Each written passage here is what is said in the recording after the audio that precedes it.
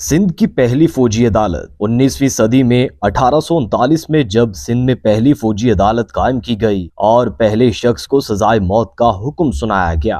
جب انگریزوں نے تالپور حکمران کی کمزوریوں اور سیٹھ ناؤمل ہوتچند کی سازشوں کے باعث کراچی کو انگریزوں کے حوالے کیا تو انگریز اپنی خواتین اور بچوں کے ساتھ کراچی کے مختلف علاقوں کی سیر کرتے تھے اور وہاں عام آدمی کا داخلہ ممنوع قرار دیا جاتا تھا۔ منگو پیر کے قدرتی چشمے ان کے پسندیدہ ترین مقامات سے ایک تھے۔ جس دن ان چشموں کی سیر پر انگریز افسران جاتے اس دن مقامی افراد پر یہاں آنے کی پابندی ہوتی تھی۔ ان علاقوں کے لوگ زیادہ تر گلہ باند تھے اور منگو پیر کے چشموں سے ان کی بھیڑ بکریاں روزانہ کی بنیاد پر پانی پیتی تھیں۔ انگریزوں کی جانب سے لگائی جانے والی پابندی سے لوگ متاثر ہوتے تھے اور انہی پابندیوں نے لوگوں میں نفرت کے جذبات کو بھڑکا دیا تھا۔ کراچی شہر کے اطراف میں خاص طور پر ملیر، کوہستان اور حب تک کے علاقے قبائلی چراہ گاہوں پر مشتمل تھے اور قبائل صدیوں سے آزاد حیثیت میں یہاں بس رہے تھے۔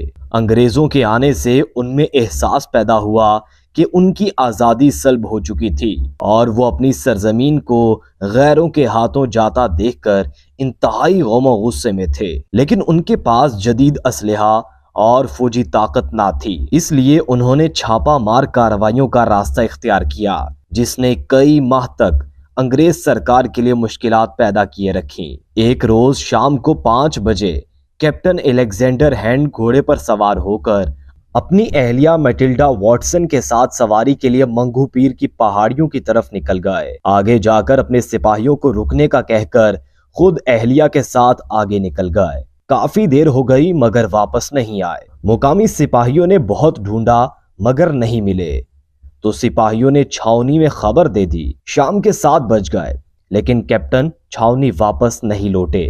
فوج کے سپہ سالار کرنل سپلر نے ان کی تلاش کے لیے سپاہی پہاڑیوں کی طرف روانہ کیے۔ سب نے مل کر کیپٹن الیگزینڈر ہینڈ کی تلاش شروع کی۔ لالٹین کی روشنی میں سپاہیوں کو ایک گھڑے میں انسانی جسم نظر آیا جو کیپٹن الیگزینڈر کی لاش تھی، مگر وہاں ان کی اہلیہ نہیں تھیں اور نہ ہی گھوڑا تھا۔ 9:30 بجے یہ سپاہی واپس چھاؤنی میں پہنچے۔ کیپٹن الیگزینڈر ہینڈ کی لاش ایک گھوڑے پر دیکھ کر کرنل سپلر اور ناؤمل پریشان ہو گئے۔ ناؤمل اس وقت چھاؤنی میں موجود تھا۔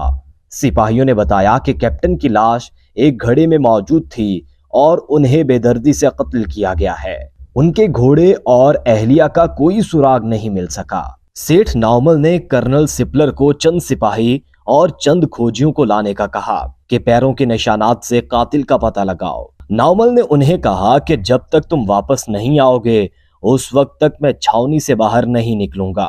وہ 3-4 گھنٹوں کے بعد لوٹ آئے اور بتایا کہ بزدلی کا یہ کام شاہ بلاول شاہ نورانی کے خلیفہ چاکر نے چھٹا اور بدیجہ قوم کے لوگوں کے ساتھ مل کر کیا ہے۔ اس شخص کا نام چاکر نوتک کلمتی تھا۔ چاکر کلمتی کا تعلق صوبہ بلوچستان کے موجودہ علاقے حب سے تھا اور ان کا خاندان درگاہ جی شاہ نورانی کا مجاور تھا۔ معروف سندھی محقق و ادیب گل حسن کلمتی اپنی کتاب کراچی کے لافانی کردار میں لکھتے ہیں کہ چاکر کلمتی کا تعلق کلمتیوں کے رجیرہ شاخ سے تھا۔ یہ کمیونٹی کراچی، ٹھٹا، بدین، حیدرآباد، جامشورو، لیسبیلا اور حب میں بڑی تعداد میں بستے ہیں۔ سیٹھ ناؤمل کی سازشوں سے چھٹا اور بدیجہ کے ان افراد کو گرفتار کیا جنہوں نے اعتراف کیا کہ چاکر کلمتی ہی اس قتل کا ذمہ دار ہے۔ چاکر کلمتی اس دوران کیپٹن کی اہلیہ کو خان آف کلات کے پاس انتہائی ادب و احترام کے ساتھ امانتاً چھوڑ آئے، پھر کراچی لوٹ آئے اور پھر چھاپا مار کارروائیوں میں مصروف ہو گئے۔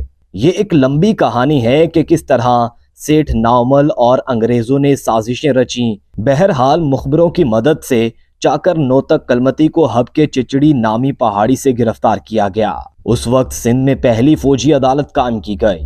حالانکہ تالپور حکمرانوں کی عدالتیں کام کر رہی تھیں مگر پھر بھی فوجی عدالت لگائی گئی جس میں جیوری کے 3 ارکان میں سے ایک سیٹھ ناؤمل بھی شامل تھا اور چاکر کو سزائے موت سنا دی گئی اور فیصلہ کیا گیا کہ چاکر کلمتی کو اسی مقام پر پھانسی دی جائے